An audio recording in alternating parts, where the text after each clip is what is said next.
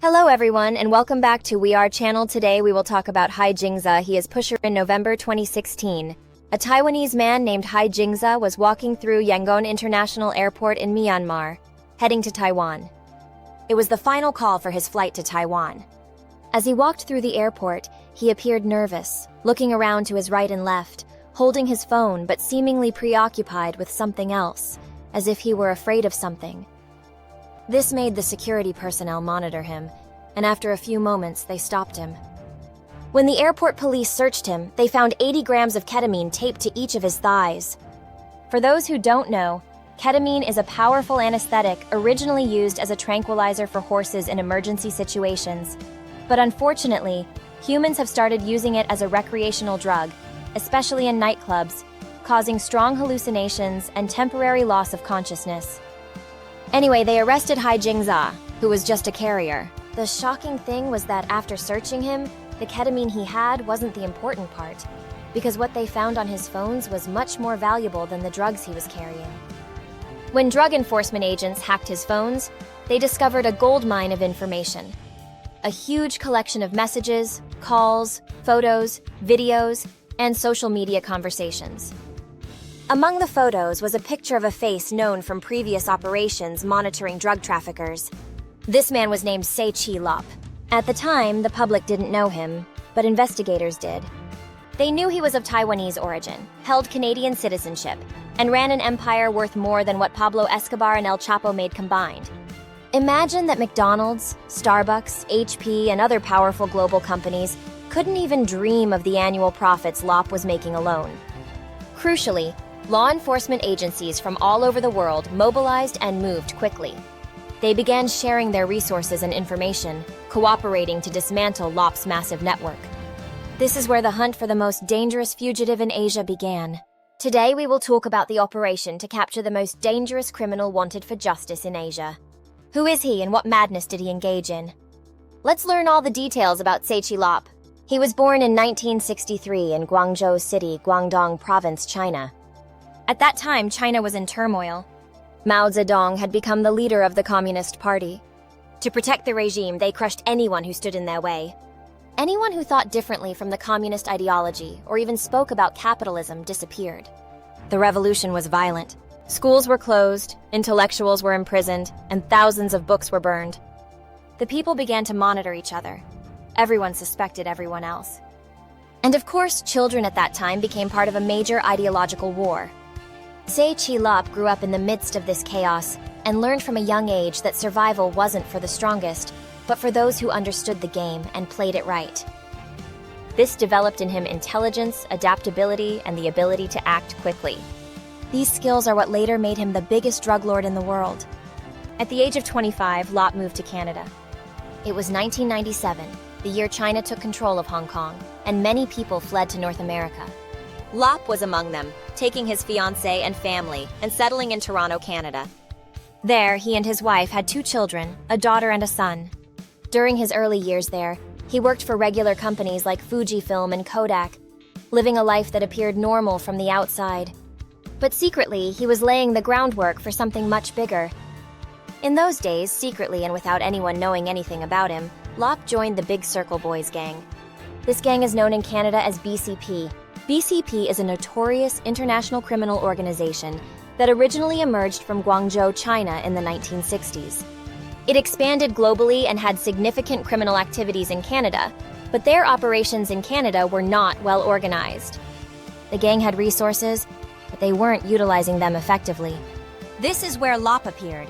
He built a significant reputation for himself within the gang, convincing them of new things they didn't know. He told them, "Look, the gang had a strong reputation from the things they used to do in Hong Kong. The gang used to commit violent crimes like bank robberies and jewelry store heists. But today, we are in Canada, and there are many other gangs besides us. So, we need to change our approach and adapt to the new environment here." Lop saw that the gang needed to evolve and propose different types of crimes with even greater profits. He suggested crimes like credit card fraud, identity theft, and human trafficking. Indeed, other gangs in Toronto were fighting over small amounts, while the BCP left all these problems with the other gangs and abandoned these trivial sums, entering the world of organized crime with a different approach. He studied the market and began establishing one of the largest drug shipping and trafficking companies in North America. His main operation relied on importing high-quality heroin from Thailand. Of course, all the routes they used and the ports they needed to pass their goods through were also used by other gangs. And these other gangs were powerful, the most important and strongest of them being the Rizzuto family, a powerful Canadian-Italian mafia based in Montreal. Their reputation was very bad. Their most famous activities were drug trafficking, money laundering, and contract killings. If you had someone you wanted to get rid of, you would contract with them, and they would take care of it. To avoid war with the Rizzuto family, Lop offered their leader to have his men work for him. He said, "I will have my men help you with anything you want and be under your command. In return, I want you to allow me to use the ports you control, and everything has its price." This cooperation was excellent because it facilitated the passage of Lop's drug shipments from Montreal into the United States. Lop also formed alliances with other gangs and criminal families who were involved in drug trafficking in the same way he did with the Rizzuto family. At this stage of his life, he didn't have much experience, so his smuggling methods were very traditional. However, the thing he focused on most was ensuring the high quality of the goods he was trafficking. That's why he brought his heroin shipments from Southeast Asia, specifically from Thailand. This region was known at the time for producing the purest types of heroin in the world, and this particular substance was in very high demand in North America due to its purity and quality. Lop understood the size of the demand for the product and was determined to be the one to supply this specific type. Now, what exactly was he doing? As I told you, he was transporting heroin from Thailand to North America. Lop used smuggling routes that were already established and tested by other gangs. The goods were passed through countries with less stringent customs control until they reached Canada. He used a mix of sea and land routes, particularly exploiting seaports and benefiting from the alliances he had made with drug gangs. The drugs were usually hidden inside shipments of ordinary goods like electronics or food. They relied on these goods because it was very difficult for anyone to discover or confiscate the drugs inside. By 1997, Lop was the person supplying drug shipments coming from Asia. But with this success always comes fame, and who would end up hearing about this fame? The police, of course. Luckily for Lop, in 1997, the world didn't have the technology it has today. The police and law enforcement didn't have systems as advanced as they do now. They couldn't reach his name. However, they had information that the person smuggling all this quantity from Thailand to North America was one person, but they couldn't identify him. Police and investigators in more than one country noticed the huge scale of the smuggling that was happening.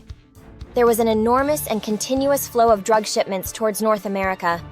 That's why the FBI, the Canadian Federal Police, and Internal Security Forces in Canada launched a massive joint campaign.